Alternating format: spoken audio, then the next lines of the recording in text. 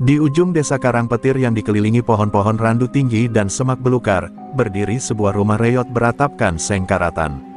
Rumah itu milik Raji, lelaki bujang tua berusia 63 tahun yang hidup menyendiri sejak puluhan tahun lalu. Tak ada yang tahu pasti bagaimana masa lalunya, atau mengapa ia tak pernah menikah. Warga hanya tahu satu hal, Raji adalah penjaga makam tua yang tak pernah absen setiap ada jenazah yang harus dikebumikan. Dalam diam, ia menyimpan rahasia yang bahkan iblis pun enggan menyentuh. Wajahnya tirus dengan mata cekung yang seperti tak pernah tidur. Tubuhnya kurus, kakinya kaku namun kuat saat menggali tanah. Di siang hari, ia tampak seperti lelaki tua biasa yang hidup miskin dan sederhana. Tapi di malam hari, konon banyak anak-anak yang mengaku melihat bayangan Raji berkeliaran di antara nisan, berbicara sendiri, atau terkadang tertawa pelan sambil menyiram tanah makam yang baru digali. Tak ada yang berani menegurnya, tidak juga kepala desa, apalagi warga biasa. Orang-orang menyebutnya si penenang arwah, karena ia sering berbicara sendiri di pemakaman seolah berdialog dengan mayat. "Tenanglah, aku akan membuatmu tetap cantik," katanya lirih suatu malam saat hujan gerimis membasahi tanah pemakaman. Tak ada yang mendengar ucapan itu selain angin dan tanah basah yang menelan rahasia demi rahasia. Tapi setiap kali ada gadis muda meninggal, Raji selalu menjadi orang pertama yang menawarkan diri menggali dan menguburkan sendiri, tanpa dibantu siapapun. Meski ada desas-desus miring tentang dirinya, warga tak pernah benar-benar menyelidiki. Mereka menganggap Raji adalah bagian dari tempat itu, seperti batu nisan atau pohon beringin tua di ujung pemakaman. Lagi pula, Raji selalu sopan ketika diajak bicara, meski tak pernah menatap mata siapapun. Ia tidak pernah marah, tidak pernah meminta bantuan, dan tidak pernah absen dari tugasnya sebagai penjaga makam. Namun kesunyiannya itulah yang justru membuat ngeri. Suatu hari, seorang anak kecil bernama Arul hilang setelah bermain layang-layang di sekitar kompleks pemakaman. Ia ditemukan sehari kemudian, pucat dan demam tinggi. Saat ditanya, Arul hanya mengatakan satu kalimat dengan mata kosong, "Aku lihat Mbah Raji menggali orang yang sudah dikubur." Kalimat itu membuat desa geger, namun Raji membantah dengan tenang. "Mungkin anak itu mimpi, aku tidur semalam," ujarnya sambil tersenyum tipis. Warga pun terdiam, tak ada bukti, hanya cerita anak kecil yang ketakutan. Seiring waktu, makam-makam di Karangpetir mulai penuh. Banyak warga luar desa yang memilih dikuburkan di sana karena tanahnya yang dianggap tenang. Raji semakin sibuk, dan semakin sering terlihat berkeliaran tengah malam. Namun anehnya, tidak pernah ada laporan kehilangan atau kejanggalan dari makam yang ia jaga. Setiap pagi, tanah selalu tampak utuh, nisan rapi, dan bunga tabur masih segar. Terlalu rapi, kata sebagian orang, seperti dikurasi oleh tangan yang sangat telaten. Meski begitu, ada perasaan tak nyaman yang sulit dijelaskan ketika seseorang melintas di depan rumah Raji. Suara dari dalam rumah itu kadang terdengar seperti rintihan, kadang seperti gumaman doa, dan kadang seperti jeritan yang ditelan dinding. Tapi siapa yang akan percaya jika tak ada bukti? Mereka memilih diam, menunduk, dan mempercepat langkah saat melewati rumah itu. Dan Raji, ia tetap muncul esok harinya, dengan sekop di pundak dan senyum samar di bibirnya. Tak ada yang tahu bahwa di balik tatapan kosong dan tubuh renta itu, tersembunyi ribuan cerita kematian yang tak pernah diceritakan ulang. Sebab bagi Raji, setiap jenazah bukanlah akhir, melainkan awal. Dan malam selalu menjadi waktu favoritnya, saat semua suara di dunia tertelan sunyi, dan hanya bisikan tanah yang memanggil. Malam itu gerimis turun pelan, seperti bisikan langit yang enggan berbicara terlalu keras. Di ujung pemakaman Karangpetir, bayangan tua Raji berjalan pelan, menyeret sekop panjang dan karung hitam yang basah oleh hujan. Tak ada bintang, hanya kabut tipis yang menyelimuti batu-batu nisan yang menjulang dalam diam. Satu makam baru di pojok barat menarik perhatiannya, nama seorang gadis muda yang baru saja meninggal karena kecelakaan tragis, Sari Rukmini, usia 19 tahun. Tanahnya masih gembur, wewangian bunga tabur belum pudar. Raji berdiri mematung di depannya, senyumnya muncul samar, dingin. "Cantik sekali, seperti tidur," gumamnya lirih. Tangannya mulai menggali tanpa suara, seolah sekop itu memang sudah menyatu dengan tanah. Hujan turun makin deras, namun tak menghalangi hasratnya yang membara oleh obsesi terlarang. Butuh hampir 1 jam baginya untuk membuka kembali liang kubur itu tanpa merusak banyak struktur tanah. Seolah tangan-tangan gaib membantunya, semuanya berjalan sempurna. Ia menyibakkan papan penutup peti, dan menatap jenazah yang masih utuh. Matanya menyorot seperti anak kecil melihat mainan kesayangan. Wajah Raji berubah. Matanya berkaca-kaca, bukan karena sedih, tapi karena bahagia. Ia menyentuh pipi dingin Sari dengan penuh rasa takzim yang menyesatkan. Kau tidak seharusnya mati secepat ini, biar aku yang menjagamu malam ini, bisiknya, seperti seorang kekasih yang tak ingin berpisah. Tak ada yang bisa menghentikannya. Alam pun seakan membisu, membiarkan keheningan malam menjadi tirai perbuatan yang tak pernah boleh disaksikan manusia. Setelah puas dengan ritual gelapnya, Raji mengubur kembali jenazah itu seperti semula. Ia membersihkan setiap jejak, merapikan taburan bunga, bahkan menyiram tanah dengan air mawar. Tak ada yang tahu, tak ada yang melihat. Tapi malam itu, untuk pertama kalinya, ia merasa ada yang aneh. Saat akan pulang, Raji merasa napasnya berat dan telinganya berdengung. Di antara rintik hujan dan gemerisik dedaunan, terdengar suara lirih, "Aku belum selesai denganmu." Ia berhenti sejenak, memandang ke sekeliling. Tak ada siapa-siapa, namun pandangannya sejenak tertumbuk pada nisan Sari yang kini seperti tersenyum. Ya, bentuk ukiran bibir di nisan itu seolah melengkung halus, menantang.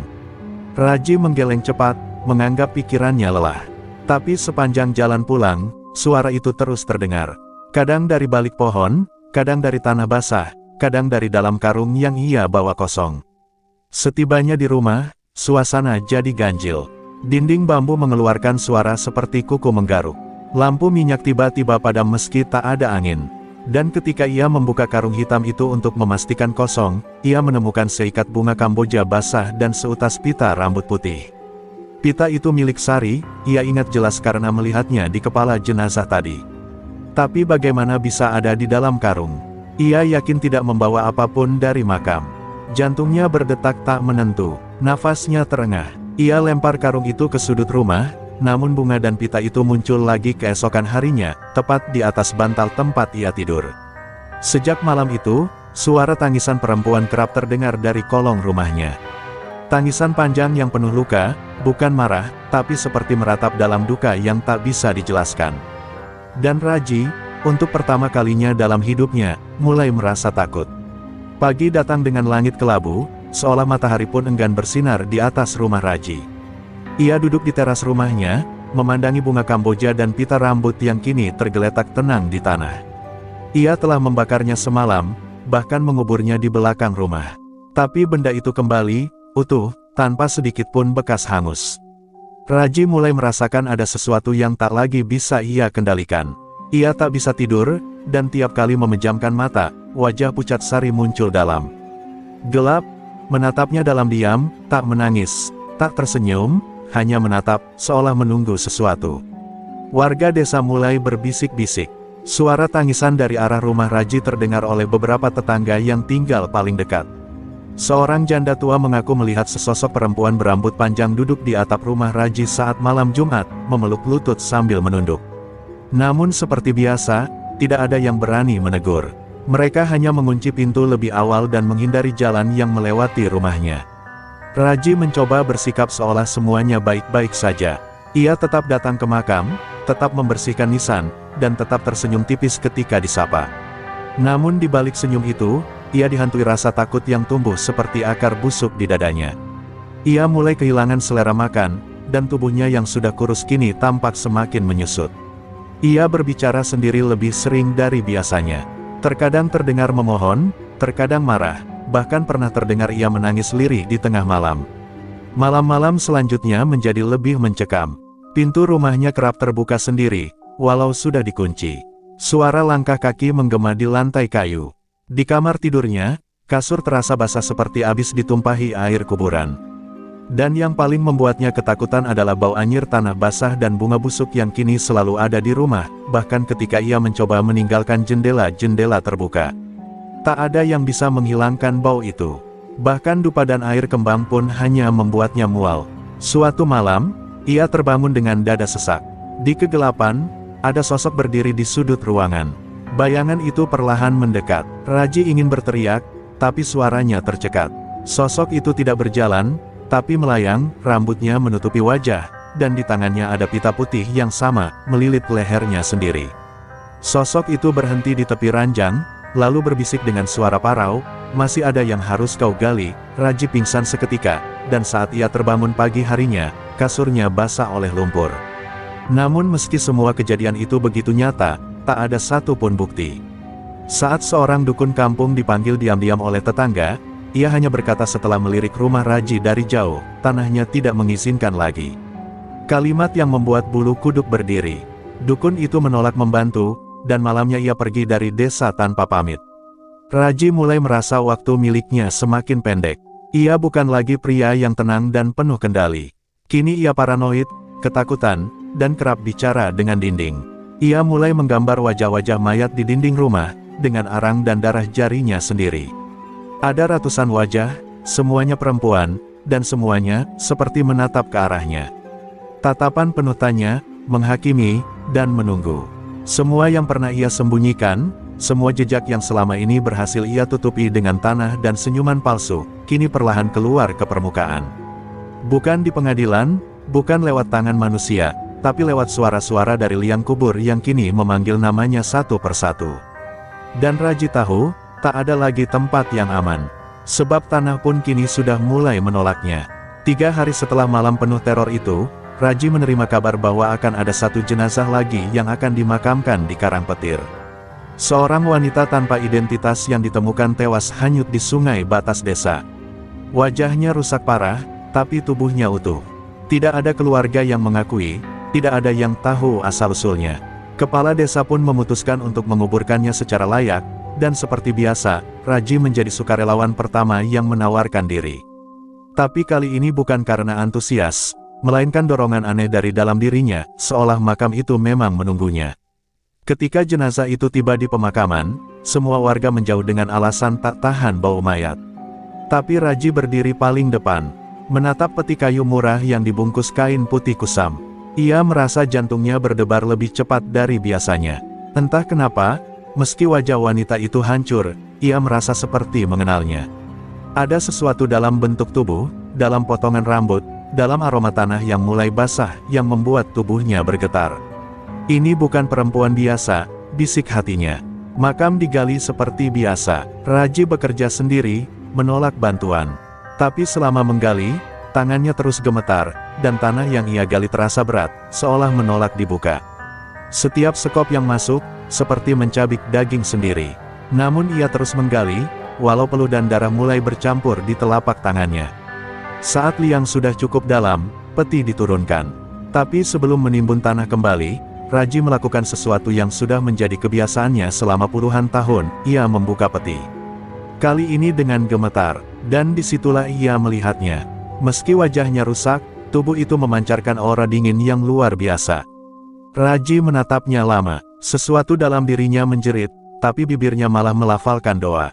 Namun bukan doa yang suci, melainkan doa yang pernah diajarkan seorang dukun hitam puluhan tahun silam, doa pembuka untuk menikmati tubuh tak bernyawa. Tapi saat ia menyentuh tubuh wanita itu, tangan Raji seketika terasa seperti dibakar. Ia menjerit, terjungkal ke belakang, dan melihat darah merembes dari sela-sela peti. Darah segar, mengalir, membentuk huruf-huruf di tanah, "Aku tahu segalanya." Panik, Raji menutup peti dan menimbun tanah secepat mungkin. Ia menyiram air bunga dan menancapkan nisan bertuliskan, tanpa nama. Namun dari balik nisan itu, ia merasa seperti ada mata yang terus mengawasinya. Bayangan hitam terlihat berdiri di balik pohon beringin. Dan sepanjang malam, suara tanah bergesekan terdengar dari bawah rumahnya, seperti ada yang sedang menggali dari dalam. Keesokan harinya, warga menemukan tanah di makam wanita tak bernama, itu amblas, seperti terbuka dari bawah. Tak ada jejak hewan, tak ada bekas pencurian. Kepala desa panik dan memerintahkan pemakaman ulang, tapi Raji menolak.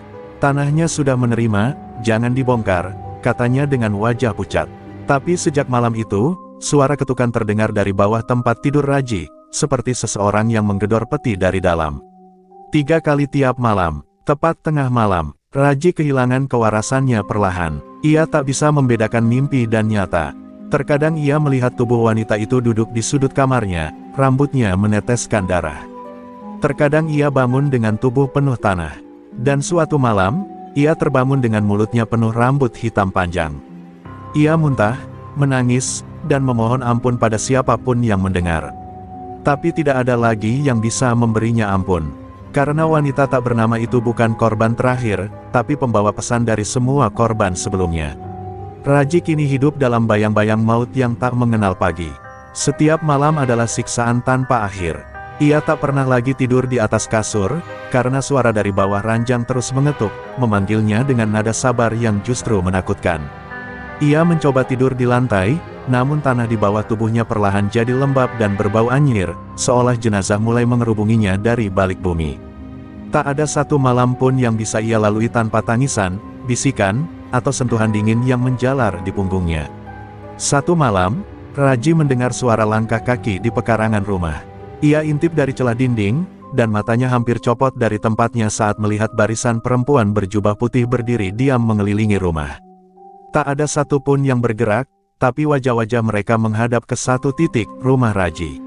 Matanya mengenali beberapa dari mereka, ada Sari, ada gadis yang tenggelam tahun lalu, bahkan ada wajah almarhumah adik tirinya, yang ia kubur secara diam-diam 20 tahun silam. Semua korban kembali, tanpa suara, hanya hadir dengan tatapan tak bertepi. Ia berteriak, menggulingkan meja, membakar dupa dan kemenyan, tapi tak satu pun dari mereka menghilang. Mereka berdiri di luar sampai fajar, lalu menghilang bersama cahaya matahari, meninggalkan bekas telapak kaki di tanah basah dan satu nisan kecil di depan pintu rumahnya. Nisan itu kosong, belum bertuliskan nama. Tapi Raji tahu, itu untuknya. Hari-harinya dipenuhi kehancuran. Ayam peliharaannya mati satu persatu, air sumur berubah keruh, dan tumbuhan di kebunnya mengering mendadak. Tapi anehnya, tak ada satupun warga yang berani datang atau sekadar menengok.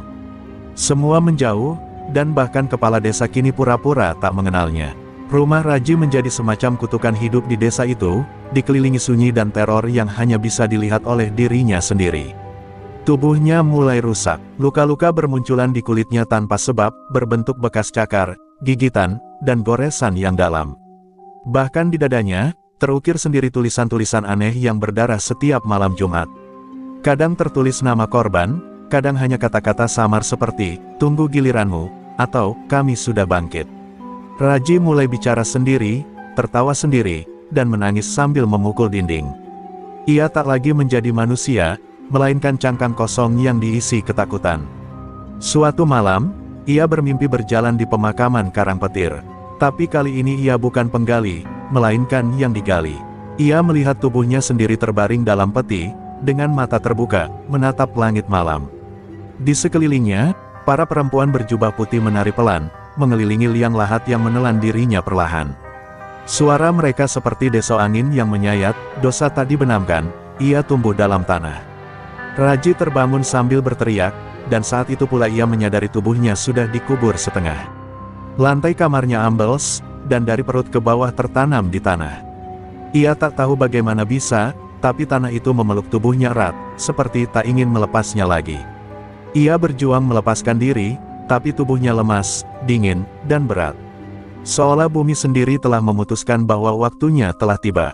Ketika pagi datang, Raji berhasil menyeret dirinya keluar dari lubang tanah itu. Tapi ia tahu, malam berikutnya tanah itu akan terbuka lagi, dan mungkin tak akan melepaskannya. Karena satu persatu, korban kembali. Bukan untuk menuntut keadilan, tapi untuk menariknya bersama mereka, agar ia ikut merasakan gelap yang telah ia tanamkan selama puluhan tahun. Sejak malam ketika tubuhnya hampir ditelan lantai rumah, Raji tidak lagi berani tidur. Ia berjaga dengan mata merah, duduk di pojok kamar sambil menggenggam cangkul yang sudah berkarat. Cangkul itu dulunya alat pembuka makam, kini jadi satu-satunya benda yang membuatnya merasa masih punya kuasa. Namun, ia tahu dalam hatinya, kuasa itu telah dicabut. Raji bukan lagi penguasa tanah pekuburan, ia kini hanya calon isinya. Malam berikutnya turun perlahan, menyelimuti langit dengan kabut tebal yang menghalangi pandangan bahkan di depan hidung. Angin tak lagi berhembus biasa, ia membawa bisikan. Bisikan yang seolah datang dari dalam tanah. "Kami menunggu, Raji, satu lubang lagi, untukmu." Suara itu tak hanya terdengar di telinga, tapi juga menggema dalam dadanya, menghantam tiap detak jantungnya dengan rasa bersalah yang tak tertahankan. Raji menutup telinga, memukul kepalanya sendiri, mencoba melawan suara itu. Tapi bisikan terus datang, seperti berasal dari mulut-mulut yang pernah ia cium meski sudah dingin, dari tubuh-tubuh yang ia nodai dengan keji. Ia berlari keluar rumah, berteriak minta ampun, namun seluruh desa sunyi. Tak ada lampu menyala, seolah dunia telah dikosongkan hanya untuk ia dan dosa-dosanya. Ia tiba di pemakaman Karangpetir, tempat ia dulu begitu bangga menjadi satu-satunya penjaga.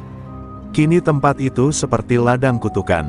Nisan-nisan retak, pohon Kamboja mengering, dan kabut melayang rendah seperti napas orang mati. Di tengah-tengah pemakaman itu, sebuah lubang besar menganga. Dalam, lebih dalam dari kuburan biasa. Dan di sisi lubang, ada cangkul, bersih, baru, menunggu disentuh. Raji tahu, lubang itu untuknya. Kakinya melangkah sendiri, tanpa kendali. Setiap langkah terasa berat, seolah tubuhnya diseret oleh kekuatan tak kasat mata. Di tepi lubang, ia melihat sesuatu bergerak dalam kegelapan dasar liang. Bukan tikus, bukan ular, tapi tangan, banyak tangan. Mereka melambai-lambai pelan, memanggilnya turun. Dan dari lubang itu, suara-suara korban yang dulu ia abaikan kini terdengar jelas, suara tangisan, teriakan minta tolong, suara terakhir sebelum napas mereka berhenti.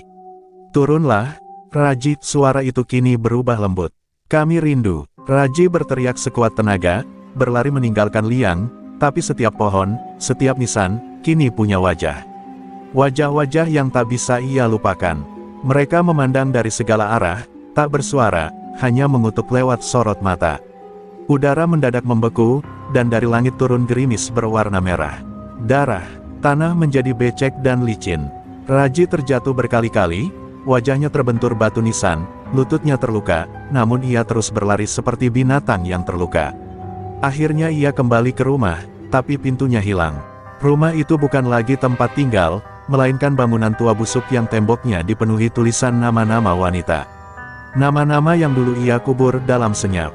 Ia terisak, memeluk dirinya sendiri. Namun saat ia duduk, dari bawah lantai terdengar ketukan. 3 kali, lalu suara pelan, basah, berbisik dari selapapan, waktumu hampir habis, lubangmu sudah siap. Hari ke-7 sejak pemakaman wanita tak bernama datang dengan keheningan yang tak biasa. Tidak ada suara ayam berkokok, tidak ada desir angin, bahkan tidak ada cahaya mentari yang menerobos celah jendela rumah Raji. Segalanya terasa beku, mati, seperti dunia memutuskan untuk berhenti hanya untuk menyaksikan akhir kisah seorang lelaki bejat. Tubuh Raji kini kurus kering, matanya cekung dan kulitnya dipenuhi luka bernanah. Ia duduk diam seperti mayat hidup, menunggu apapun yang akan datang malam nanti. Di tengah hari, suara lonceng terdengar. Aneh, tak pernah ada lonceng di desa itu. Tapi suara itu jelas, berat, dan berdentang 7 kali. Setiap dentangnya seperti palu yang mengetuk peti mati. Raji tahu, itu bukan pertanda waktu, melainkan peringatan. 7 hari, waktunya sudah habis. Ia merangkak menuju cermin tua di ruang depan, dan saat melihat bayangannya sendiri, ia terlonjak, wajahnya telah berubah. Bukan lagi dirinya, melainkan wajah-wajah perempuan yang telah ia sakiti, muncul silih berganti, menangis dan menjerit dari balik kaca. Panik, Raji melempar cermin itu hingga pecah. Tapi dari tiap pecahan kaca, suara-suara itu terus terdengar. Kami belum tenang, Raji, dan kau belum dikubur. Tangannya bergetar, ia mencoba menyalakan dupa, membaca doa, apapun yang pernah ia pelajari dari dukun hitam dahulu. Tapi kali ini, semua mantra itu tak lagi mempan. Udara di rumah mengental, bau busuk seperti bangkai menyelimuti seluruh ruangan. Menjelang malam, kabut kembali turun. Tapi kali ini ia masuk ke dalam rumah. Menyelinap melalui celah-celah dinding dan lantai, mengisi setiap ruangan, hingga tak ada sudut yang bebas. Lalu terdengar suara langkah kaki, dari bawah rumah. Ketukan dari lantai kayu berubah menjadi hentakan. Lalu suara cangkul menggali. Raji berteriak dan melompat keluar rumah, tapi kakinya terantuk sesuatu. Ia menunduk, sebuah tangan mencuat dari dalam tanah ruang tamunya sendiri. Tangan itu perlahan menarik tubuh seorang perempuan yang kini setengah bangkit dari dalam tanah. Wajahnya rusak, mata kosong, namun tubuhnya bergerak pasti. Wanita itu adalah yang pertama, korban pertama Raji, bertahun-tahun silam. Ia datang dengan senyum getir. Kau janjikan aku tenang, Raji. Tapi kau justru buang aku ke liang penuh dosa. Tubuh Raji melemas. tak bisa bergerak. Kakinya membeku, mulutnya terkunci. Ia hanya bisa menatap satu persatu korban bangkit dari lantai, dari tembok, dari tanah. Rumah itu kini menjadi gerbang. Gerbang kembalinya para perempuan yang telah dicuri martabatnya, dibunuh diam-diam, dan dikubur dalam kesepian. Satu persatu mereka berjalan mendekat, dan setiap langkah mereka membuat dinding rumah retak, lampu pecah, tanah terbelah. Suara mereka menyatu menjadi jeritan panjang yang menggema hingga ke langit, membuka celah antara dunia dan alam gaib. Petir menyambar, hujan darah turun dari langit, dan para korban kini mengepung tubuh Raji yang gemetar di tengah ruang tamu. Ketika jam menunjukkan tengah malam, liang besar muncul di bawah tubuh Raji. Tanpa disentuh, tubuhnya mulai terseret ke dalamnya. Tanah menelannya perlahan, sambil para korban terus menatapnya, bukan dengan amarah, tapi dengan keheningan yang lebih menusuk. Saat wajah Raji hampir tertutup tanah, ia menjerit, memohon ampun, memanggil nama Tuhan yang telah lama ia lupakan. Tapi langit tetap gelap, dan bumi tetap terbuka. Dan ketika tanah menutup sepenuhnya, liang itu langsung membatu. Tak ada lagi jejak, tak ada lagi bau. Hanya satu nisan muncul di tempat itu, bertuliskan satu kata, dihisap. 3 hari setelah malam mengerikan itu, warga desa Karangpetir mulai menyadari bahwa rumah Raji lenyap begitu saja. Tak ada bangunan, tak ada reruntuhan, bahkan tak ada bekas fondasi. Yang tersisa hanyalah sebidang tanah kering retak-retak di tengah ilalang mati.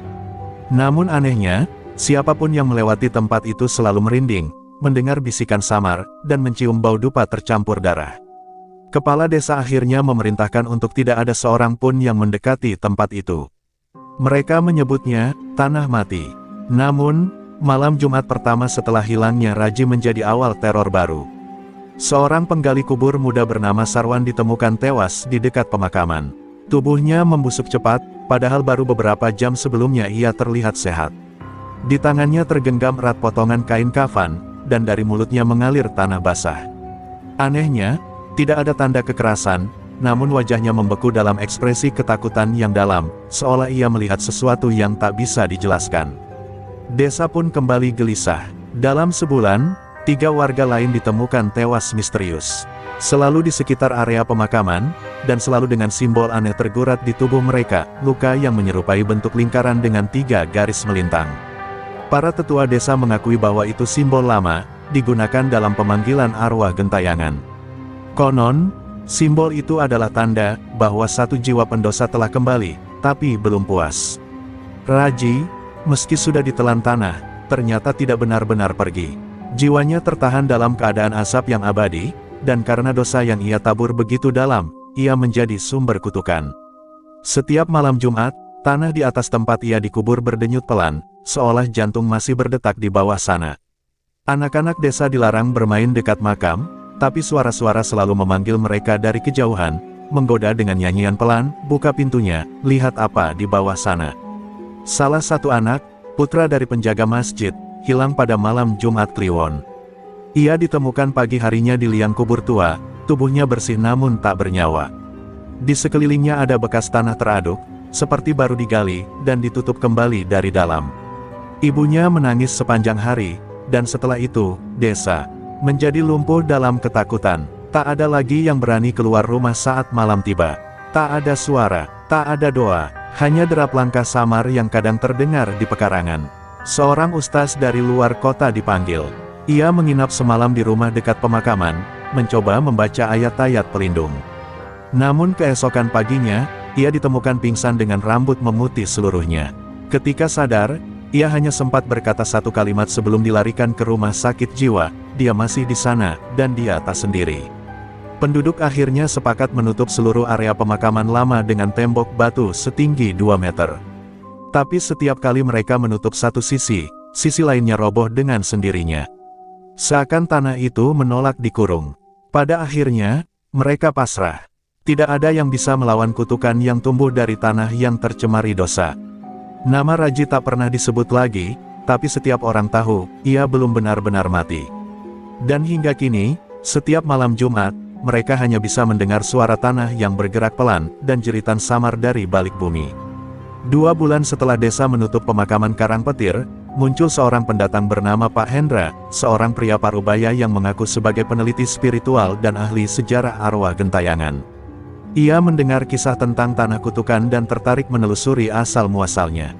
Warga menolak keras, namun Pak Hendra bersikeras bahwa ia tidak akan mengusik apapun, hanya ingin berbicara dengan saksi yang tertinggal di antara dunia.